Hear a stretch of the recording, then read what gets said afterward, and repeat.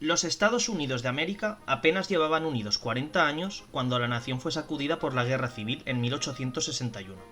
En efecto, esta república joven y de rápido desarrollo cultivaba dos sociedades, cada una con un aspecto distinto, diferentes valores, diferentes necesidades. Era un caldo de cultivo para la disidencia, aunque pocos podrían haber predicho que las escaramuzas políticas por intereses divergentes se convertirían en un amargo conflicto que duraría 4 años y se cobraría más de 600.000 vidas americanas. La esclavitud, una fuente vital para la economía de los estados del sur, se encontraba en la raíz del problema. En esta vasta comunidad agrícola, donde la vida era lenta, bien ordenada y bastante chapada a la antigua, más de 3,5 millones de negros vivían privados de libertad. El algodón era el cultivo principal, y representaba casi el 60% de las exportaciones americanas poco antes de la guerra, por lo que gran número de esclavos eran empleados para cuidarlo y recolectarlo.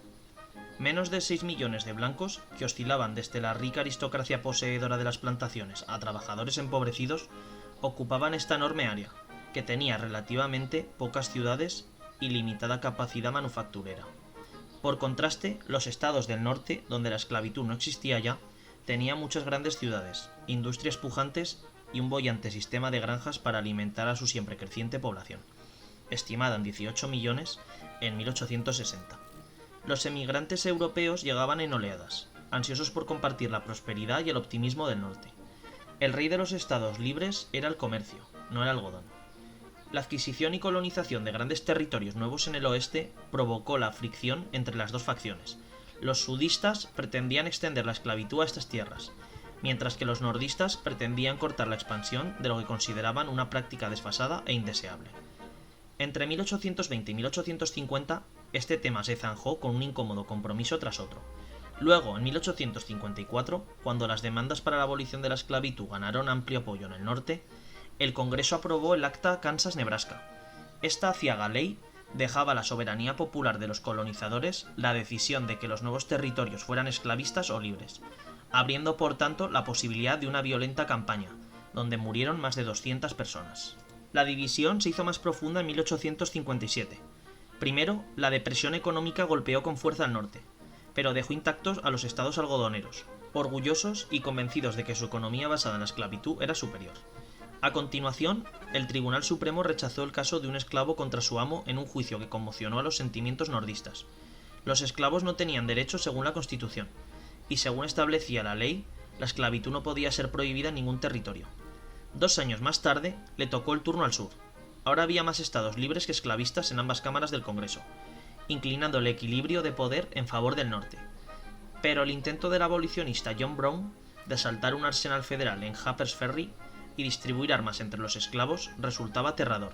Se trataba de una amenaza que no podía ser ignorada, y en ambos bandos se alzaron muchas voces para disolver la unión, de forma que norte y sur siguieran caminos separados.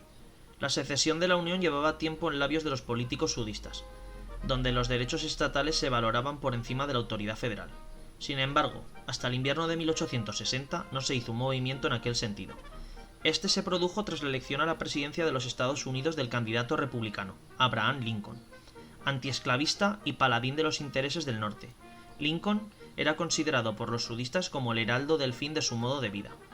Carolina del Sur se escindió de la Unión el 20 de diciembre, seguida inmediatamente de Mississippi, Florida, Alabama, Georgia y Luisiana.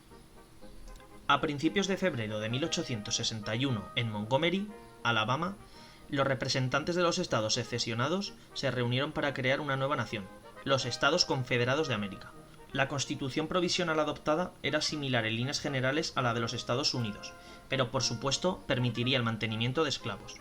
El hombre elegido para liderar la confederación fue Jefferson Davis, antiguo secretario de guerra de los Estados Unidos. Un mes más tarde, Texas se unía a los secesionistas. Más por mantener una cautelosa defensa que por deseos de derramar sangre, el presidente Davis llamó el 6 de marzo a 100.000 voluntarios para que sirvieran un año como milicia. Como parte de su plan de defensa, la Confederación se apoderó de los arsenales federales y las instalaciones militares dentro de su territorio. Pero Fort Sumter, en la bahía de Charleston, Carolina del Sur, continuó haciendo ondear desafiante las barras y estrellas de los Estados Unidos. Las llamadas a la rendición del fuerte y su guarnición fueron rechazadas por su comandante, el mayor Robert Anderson. Cuando el presidente Lincoln anunció su intención de enviar refuerzos a Sumter, los confederados comprendieron que tendrían que emplear la fuerza para capturar el fuerte.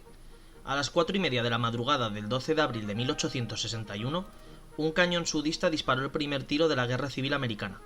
La Confederación, por tanto, fue la agresora, como Lincoln pretendía. Ahora tenía justificación para apelar a su nación para que le respaldara en la sofocación de una insurrección armada. En cuanto el presidente Lincoln reclutó a 75.000 voluntarios para que sirvieran durante 3 meses con el fin de sofocar la rebelión, 4 estados esclavistas hasta el momento indecisos, Virginia, Carolina del Norte, Tennessee y Arkansas, optaron por la Confederación. Los otros estados esclavistas fronterizos, Maryland, Kentucky y Missouri, permanecieron fieles a la Unión, que disfrutó de otra ventaja cuando la zona occidental de Virginia rompió con su estado madre y alegó fidelidad a Washington. Con el tiempo sería admitida en la Unión como el estado de Virginia Occidental. Así quedó dibujada la línea de batalla, 23 estados nordistas contra 11 sudistas. La fiebre bélica se apoderó de ambos bandos en las semanas siguientes a la caída de Fort Sumter, con la finalidad de reclutar, armar y entrenar apresuradamente a las tropas para lo que se había convertido en un inevitable juicio de armas.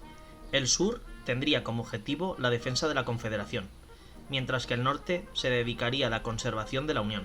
Solo la fuerza podría decidir cuál de los dos prevalecería.